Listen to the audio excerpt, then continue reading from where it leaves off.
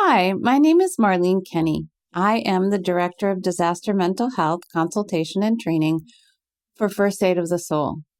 First Aid of the Soul is an organization that came together in 2022, days after Russia's full-scale invasion of Ukraine, with the sole mission to repair and recover the mental health of people living and working in Ukraine. In our video today, I want to just talk about some of the core principles of disaster mental health that you might find helpful to support yourself and your teammates as you're doing the incredible work that you're doing, to help you do it with confidence and care and to protect yourself so that you can keep doing this vital work that you've committed yourself to. I know you're an expert in logistics and bringing gear and supplies and all kinds of support into communities. So I want to share with you some other ways that you can prepare. In my field, we say there's trained and there's not trained. So I'm going to start the process of helping you train yourself to support yourself and your teammates, to help you bring more balance and strength from a mental health point of view to your work. What I'm going to propose to you are some practices and a framework for those practices. I like to use something that I call the 3 A's of compassionate self-care. So I'm not talking about self-care as waiting until you get that magical moment, all that time off, using a bubble bath. No, these 3 A's are really about practice that you can use in the pocket, whether that's in the truck on the way over, on the way back, as you're falling asleep. The first A is awareness. The second A is action. And the third A is accountability to self and then accountability to others. Awareness. That's really just starting to understand, how is the stress getting to me? What is the behavior that I'm doing or that somebody else is doing telling me about what's happening inside right now? What do I notice about my own reaction? Does it feel like how I normally react to things, or is it different? What am I noticing right now? That's part of awareness, is just taking some time, a few seconds, to pay attention to what's happening and why. Action. Now, action is a tricky one because it's not an action to move out of what you've become aware of. This is really about naming that strong emotion or physical sensation or social reaction that you're having. Strong emotions are contagious sometimes. And so once you start to take action in naming it for yourself, you can really start to contain it in your own hula hoop, so to speak. Definitely take some action around knowing what upsets you and making a plan for it. That you can do ahead of time, right? If you know that you're somebody who gets upset when you have to listen to country music all the time on the radio, that's just making you feel more stressed. Maybe you want to have a plan for that as you're deploying out with people, for example. Take time really to move your body and calm down. That's part of action. Before you say something, maybe you take a breath or you roll your shoulders back if you can, or take a full stretch if that's possible. An action you can take is finding a vent partner, somebody who is psychologically safe to you. That is somebody who is predictable, reliable, and who you feel can help you feel more in control as your vent partner. Select that person. Ask if it would be okay if you can talk to them about what you're going through, what you've experienced. And lastly, plan for a time to debrief with your colleagues. We talk about the brief debrief. Maybe that's not in the moment. Maybe that's not right after you've completed your mission or something's happened. But can you make a time to talk about what's happened? What we know about the accumulation of stress and trauma is that it kind of gets worse the longer you go without taking some action around what you're carrying. So planning a debrief with people that shared the same experience, or with somebody who maybe is not with you sharing the same experience, but who understands your work. Lastly, accountability to self and others is about bringing balance. How can you be accountable really to your own nervous system and to the experience that you want to have in the work that you're doing? So make time for play, make time for relaxation, whether that's just bringing balance from sitting still after hours and hours and hours of travel and moving and playing, or maybe it's playing a board game or a video game with somebody, something that brings you joy and restores balance. See what you can do to maintain your sense of humor. Maybe you don't think of yourself as a funny person.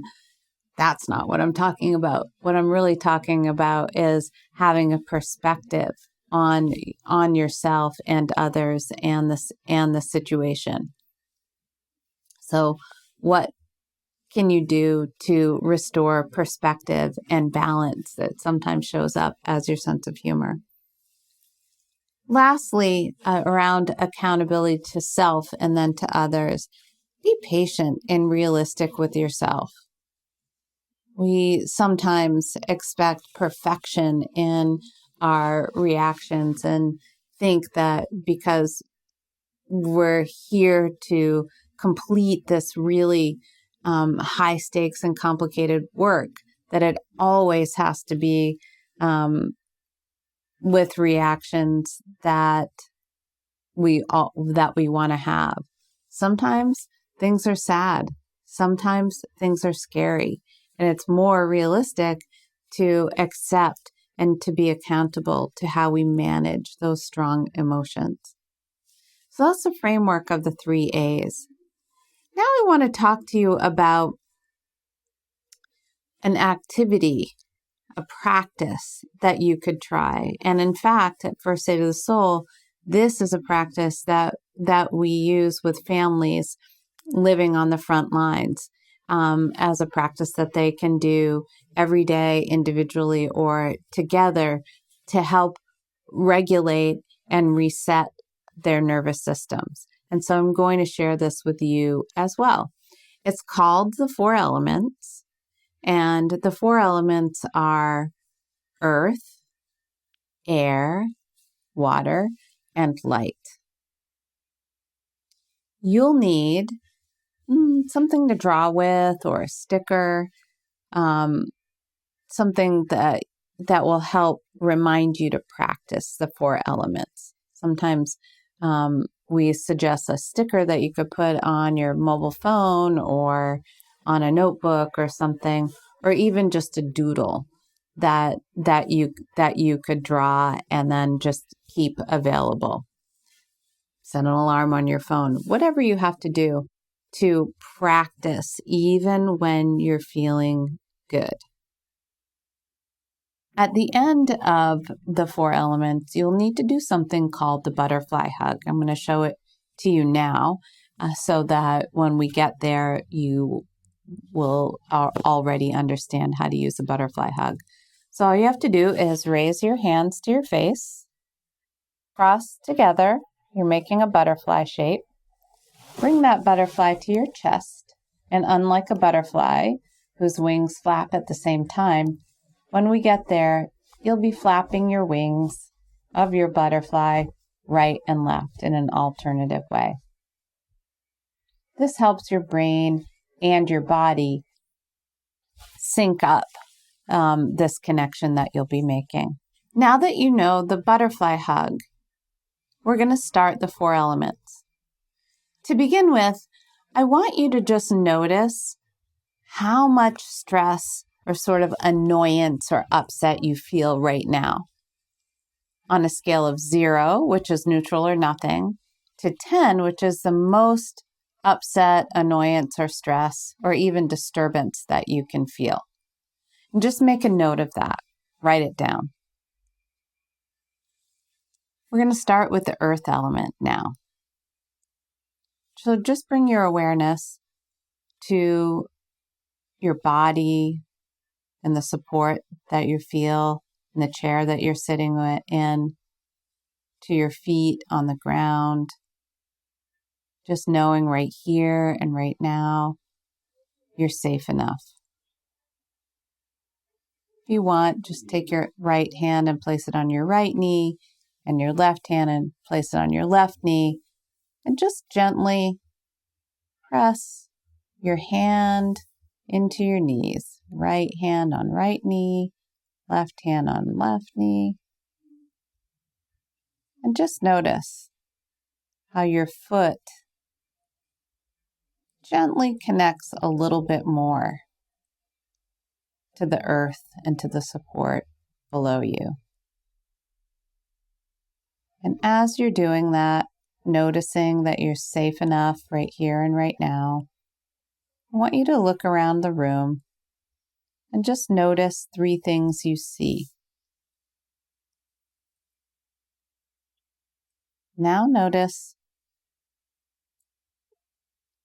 3 things you hear.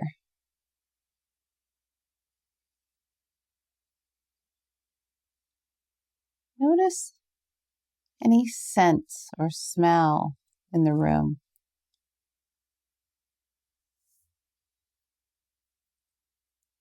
And what do you feel that you're touching?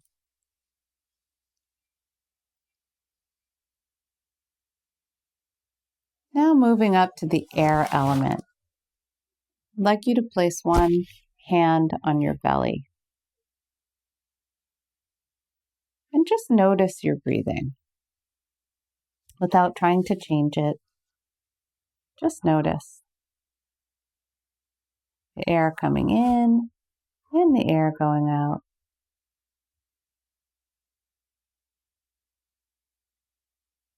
Now I'd like you to try and complete your breath by inhaling through your nose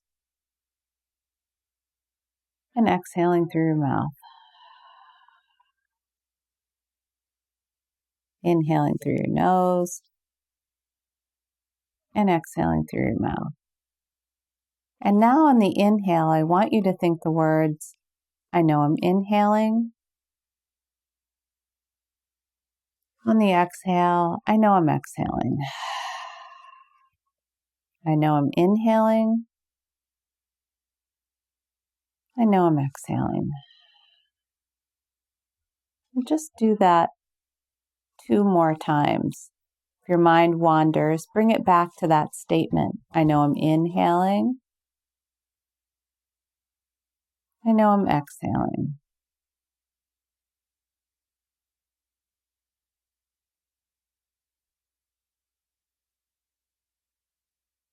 Now bring your attention to the water in your mouth. This is the water element.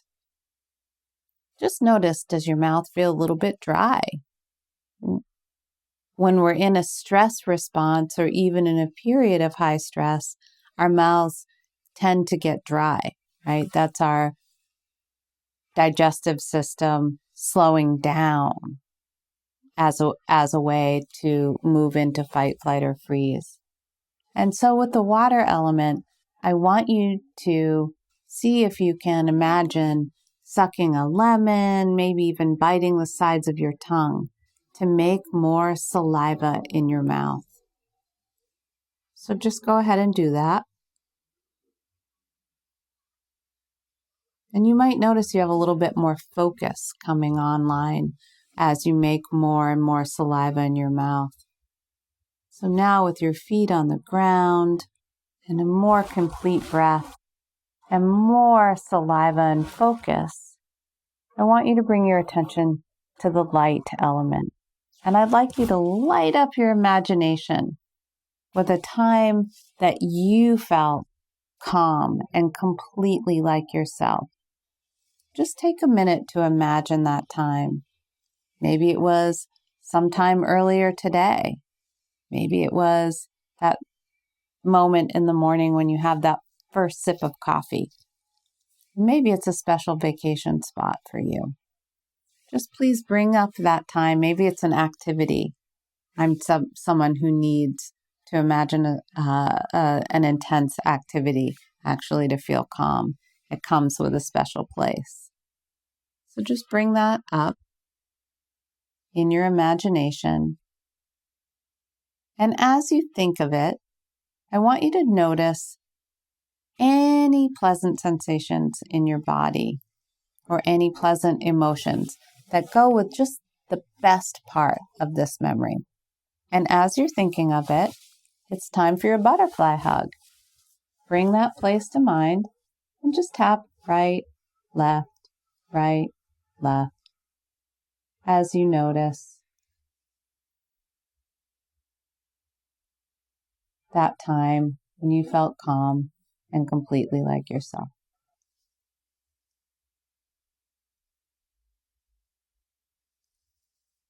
Okay, take a breath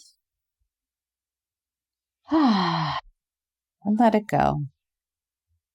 One more time, as we're bringing this to an end, I want you to notice how much distress or disturbance, annoyance or upset you're feeling right now on that scale of 0, which is neutral or nothing.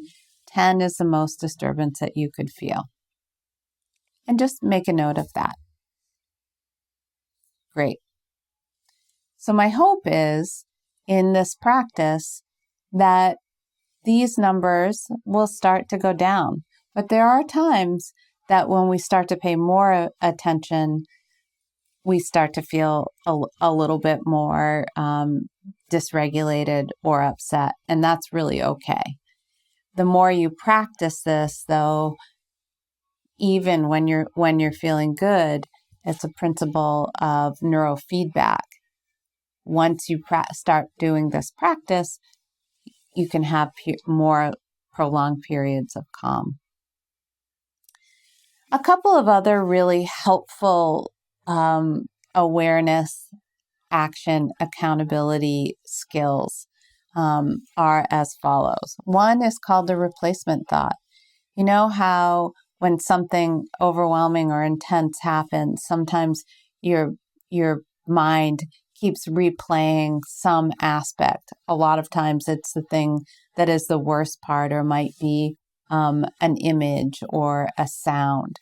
So I want you to use something called a replacement thought, which is basically when you get that image or sound, you replace it with something more adaptive or pleasant, right? So maybe you replace it with a moment of gratitude that you remember from the communities that you serve, or how somebody lived and not how they died, or a sound that is neutral or pleasant. So when your mind replays the sound of a siren, for example, try to swap out that sound for remembering the sound of music that you like, perhaps. Another thing you can do with vivid images is see if you can change the color. Maybe make the color more vivid, or imagine it in black and white, or even imagine it up on a billboard or up on a screen. So when it's replaying in your mind, seeing if you can imagine it on a billboard or on a screen, and you have a remote where you can freeze it on pause. These are ways that once we become aware and we take action, we create more predictability with some of these things that we carry that we didn't really ask for in these doses of stress, and these elements that are sometimes cumulative and overwhelming. So we want to create more safety, predictability, and control as a way to, in the moment, reduce toxic stress and to make these stressful experiences more tolerable, so that you can restore balance and well-being to continue to do the work that I know you care so much about doing. Thank you.